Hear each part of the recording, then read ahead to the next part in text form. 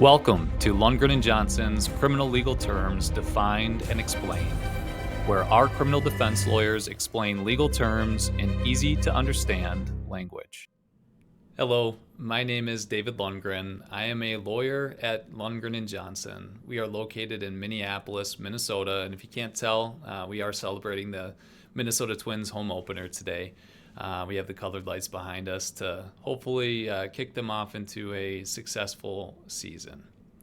Today, I wanted to take some time to talk about, define, and explain the criminal legal term discovery. Discovery refers to all of the evidence in the case. So all of the evidence in the prosecutor's possession and all of the evidence in the defense's possession. It is governed by Rule 9 of the Minnesota Rules of Criminal Procedure, and that rule is fairly extensive. And it's fairly extensive because the discovery process is one of the most critical parts of a criminal case. It's designed to ensure that there are no surprises at trial, and it's designed to ensure that on a pretrial basis, each side has equal access to information, the evidence in the case, so that each side can make fully informed decisions about the case. You can imagine a scenario where one party has unequal access, more information than the other, so they know the strengths and weaknesses better than the other side, and the disadvantages that that unequal access to information would create. It'd be like playing a board game or a card game where one side has all the good game pieces or all the good cards, and the other side is left with the scraps. It would create an unequal and uneven playing field, and that's why the discovery process is critically important in criminal matters. What does it cover? Criminal discovery covers things like witness statements, whether that's a written statement, an audio recorded statement, or a video recorded statement. It includes all other types of video recordings. So as an example, in a DWI matter, it would include things like the squad recording and the officer's body-worn camera recordings. In an aggravated robbery matter, it would include things like surveillance video of all or part of the incident if it was created and collected by law enforcement, and any other video recordings that may exist. It includes things like pictures. So if any pictures were taken of an injury in an assault case or a weapon in an assault case, those pictures would be required to be disclosed. It includes things like forensic testing. So forensic testing, there can be a lot of different types of forensic testing. There are DNA analysis, there are fingerprint analyses, there are hair follicle analysis or gunshot residue testing. There's things like chemical testing for a defendant's blood, breath, or urine, or chemical testing for a witness's blood, breath, or urine. All of that evidence has to be disclosed. The discovery can also include things like medical records if they were collected by law enforcement or the prosecutor.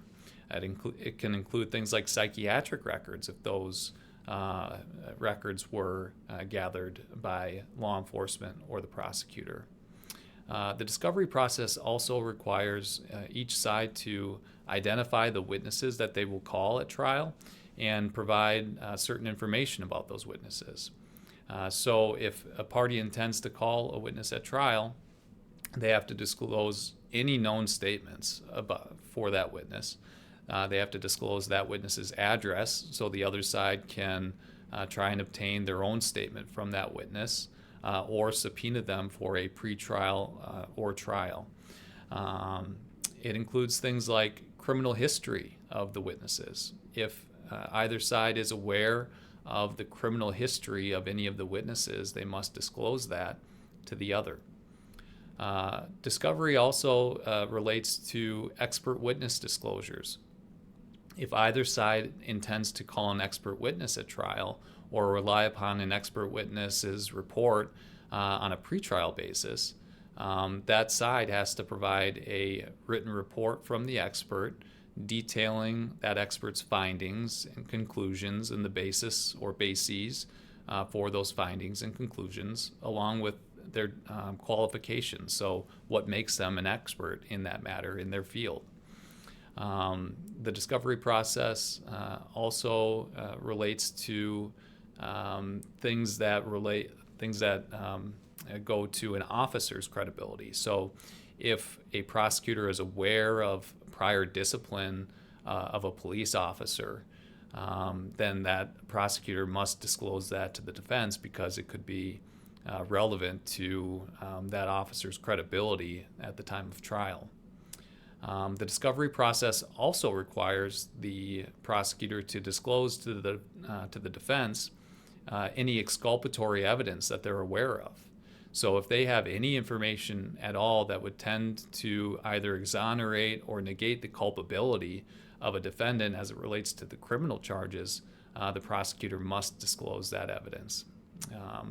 So this was a brief explanation about the criminal legal term discovery. Again, not to harp on it, but it is one of the most critical components of a criminal case, and so the body of law with regard to discovery is quite extensive, and this was just a brief portion of that. If you do have any questions or thoughts on discovery or the discovery process, feel free to reach out. I'm always happy to discuss any questions that you may have or discuss any thoughts that you may have on the criminal discovery process. Thank you. Take care.